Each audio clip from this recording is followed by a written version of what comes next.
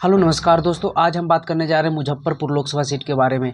जी हाँ, आप लोगों ने काफ़ी चर्चाएं सुनी है कि गिरिराज सिंह जो मौजूदा सांसद बेगूसराय के और केंद्रीय मंत्री भी हैं ग्रामीण विकास, तो उनको बेगूसराय से हटाकर मुजफ्फरपुर लाने की संभावना जाग रही है। और वही बेगूसराय में बीजेपी के राज्यसभा सांसद को ही वहाँ से टिकट देने की बात चल रही है। तो हम जानते हैं मुजफ्फरपुर लोकसभा का पूरा हिस्ट्री और ज्योग्राफी।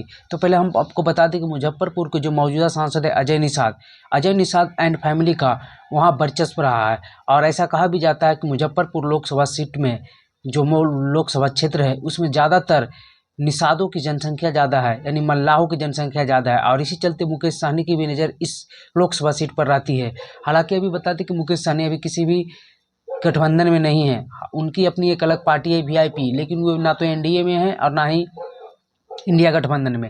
लेकिन चर्चाएं हैं कि अगर नरेंद्र मोदी और टीम ने उन्हें मना लेती है तो एक सीट देने की बात चल रही है। और मुकेश सहनी की चाहत है कि अगर एनडीए की तरफ से वो लड़ेंगे तो मुजफ्फरपुर सीट ही लड़ेंगे, क्योंकि वहाँ निषादों की संख्या काफ़ी अधिक है। और वहीं बात कर लें इंडिया गठबंधन में अगर मुकेश सहनी चले जाते हैं तो बात ही अलग है, क्योंकि इंडिया गठबंधन से तो मुकेश सहनी कटिहार सीट उनकी प्राथमिकता है।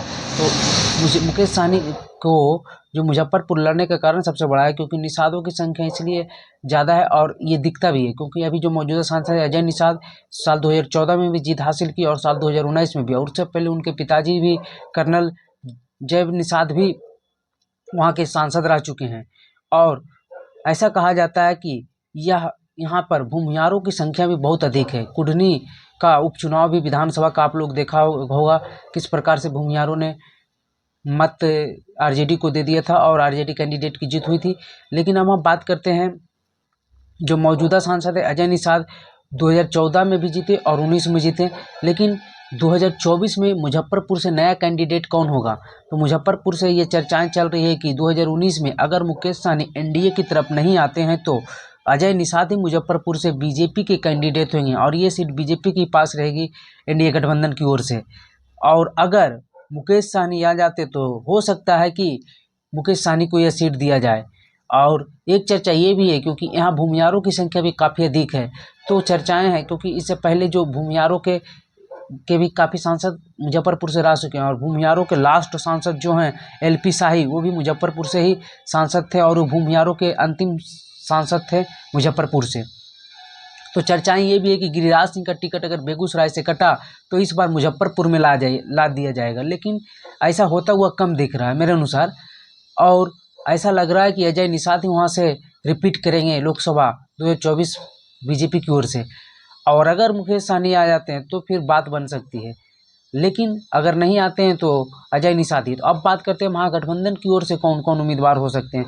तो महागठबंधन की ओर से तो यहाँ अखिलेश प्रसाद सिंह, जो पहले ऐसे तो अखिलेश प्रसाद सिंह रहने वाले जहानाबाद के हैं और वो बेतिया में भी चुनाव लड़ चुके हैं और उनकी प्राथमिकता बेतिया ही है। लेकिन वो मुजफ्फरपुर से भी साल 2014 के इलेक्शन में लड़े थे और काफ़ी चर्चाएं थी कि वो जीत जाएंगे और वो भी जाति से भूमिहार है। लेकिन मुजफ्फरपुर से साल 2014 में अजय निषाद के हाथों उन्होंने हार गया।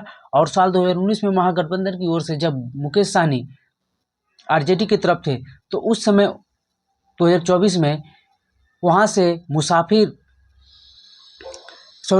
राजभूषण सहनी ही मुजफ्फरपुर से उम्मीदवार थे वीआईपी पार्टी के और महागठबंधन की ओर से।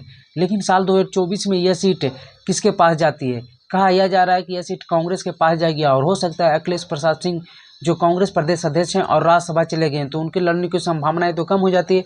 तो उनके बेटे को आकाश नाम है, उनको टिकट दिया जा सकता है, या फिर मुकेश सहनी अगर इंडिया गठबंधन में जाते हैं तो फिर मुकेश सहनी का कोई कैंडिडेट इंडिया गठबंधन की ओर से लड़ सकता है।